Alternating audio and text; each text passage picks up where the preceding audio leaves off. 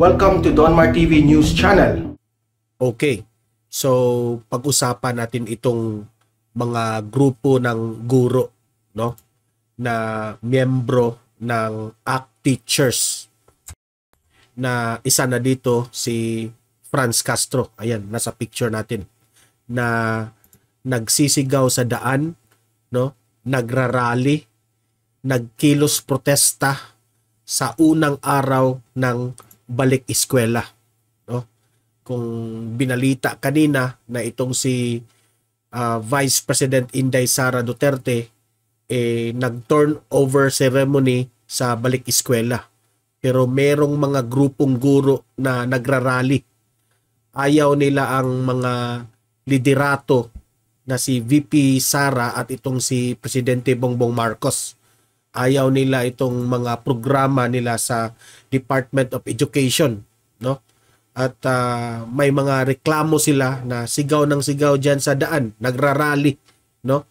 Ipapakita ko yung video na yan na nagrereklamo sila, no? Pero bago natin yan ipapakita, help me na i-like at i-share itong video natin sa Facebook at sa YouTube. Okay? Like and share. And also guys, i-subscribe, i-follow itong Donmar TV sa Facebook at sa YouTube para lagi kayong updated sa mga balita na kagaya nito. Okay? So, itong mga guro na ito, question nila itong confidential fund at itong intelligence fund, no? Sa liderato nga ni Vice President Inday Sara Duterte dyan sa bilang secretary sa Department of Education. Okay? So panoorin natin itong video na itong mga teachers na ito na nagrereklamo. Okay? At magre-react tayo dito. Okay, let's play the video. Bitbit po namin ang aming mga pinatanggal na mga learning materials sa aming mga eskwelahan. Manifestasyon ang pagpapatanggal na ito ng isang sekretary at isang gobyerno na walang alam sa edukasyon. Ngayong araw... So, si Vice President Inday Sara Duterte raw, walang alam sa edukasyon. Yan ang kanilang sigaw kay itong mga teachers na ito. Okay, continue, play. Na ito, bago po kami pumunta sa aming mga classroom at humarap sa aming mga estudyante, ang mga guro ay hindi pa nakapagpahinga. Hindi po binigyan ng maayos na 2 buwan na bakasyon na karapatan po ng ating mga guro. Instead na magpapahinga kayo, no?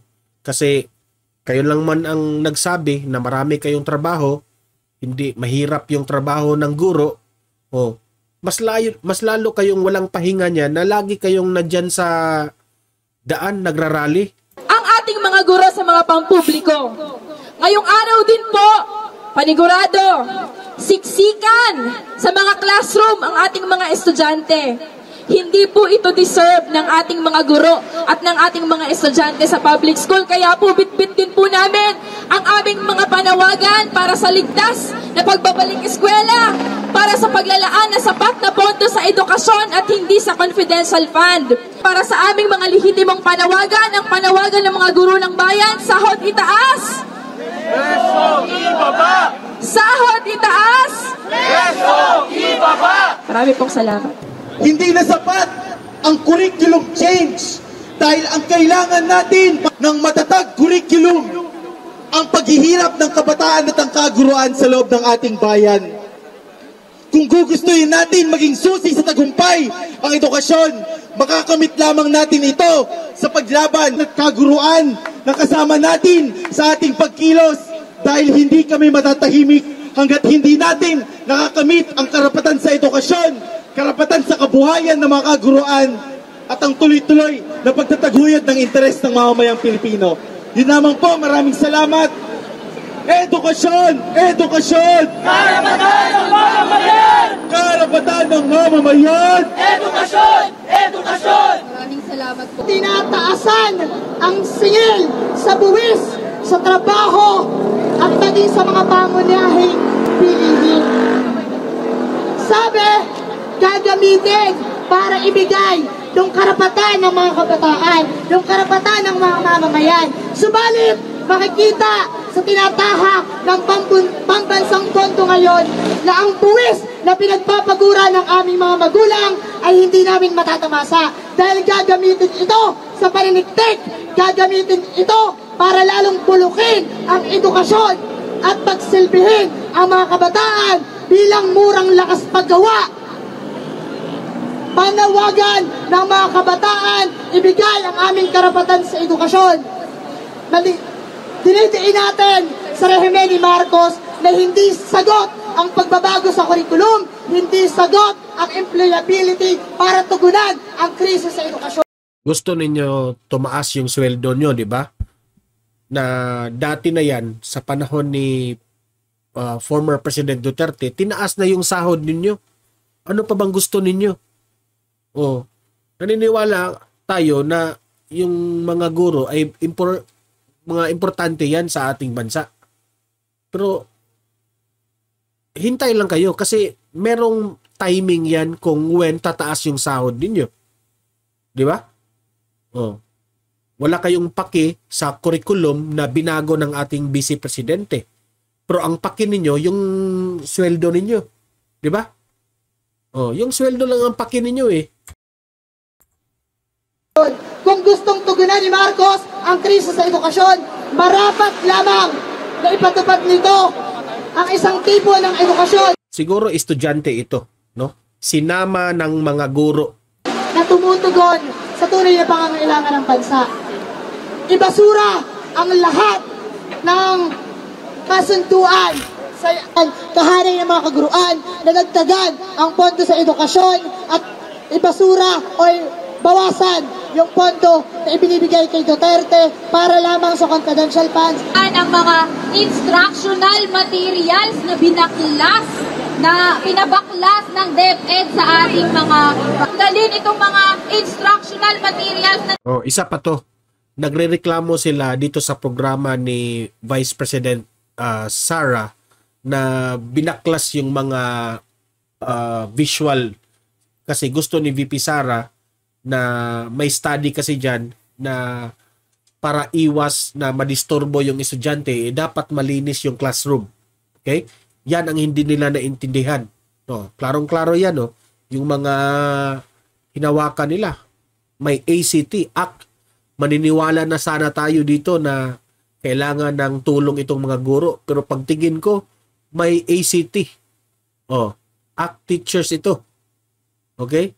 At question itong confidential fund at intelligence fund o namumuliti ka na. Hindi na ito tungkol sa edukasyon. Di ba?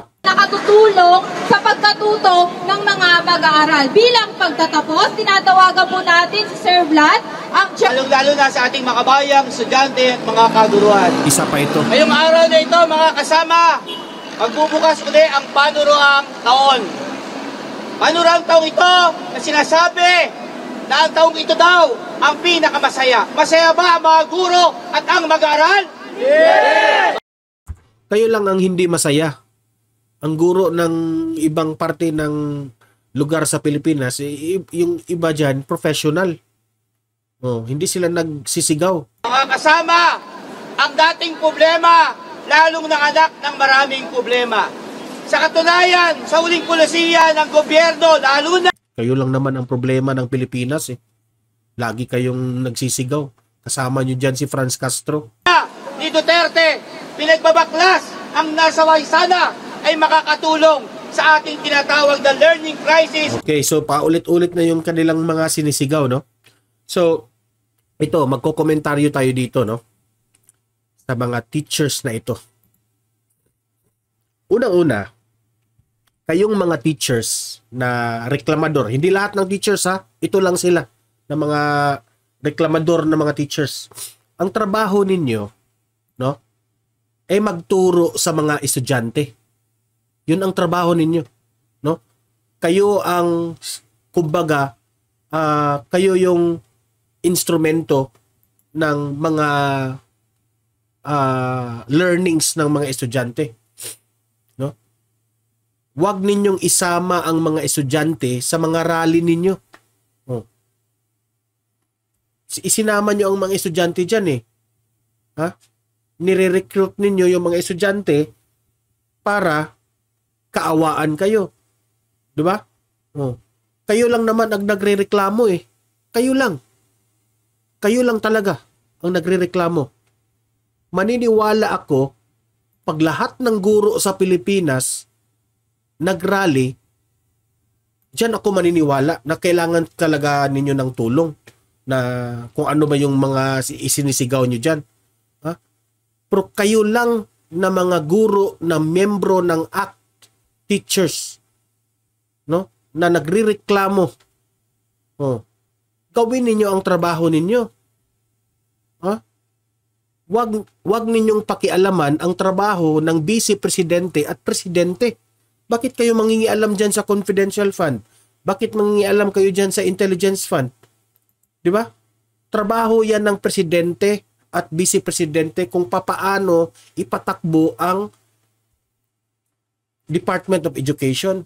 Yung trabaho ninyo ay mag-focus kayo na magturo sa estudyante na mga magagandang asal. Hindi kagaya dyan ng mga asal ninyo na nagsisigaw kayo sa kalye. Okay? So, kayong mga audience dito, kayo nang humusga dito sa mga teachers na ito. Anong masasabi ninyo? Pabor ba kayo sa kanila? Ha? Oh, kayo nang humusga. Mag-comment, mag-react. Pag-usapan natin yan sa comment section. Okay? Like and share this video para kakalat ito sa taong bayan. I-subscribe, i-follow itong Donmar TV para lagi kayong updated sa mga balita na kagaya nito. Okay? So guys, see you in my next video. Have a great day. God bless inyong lahat.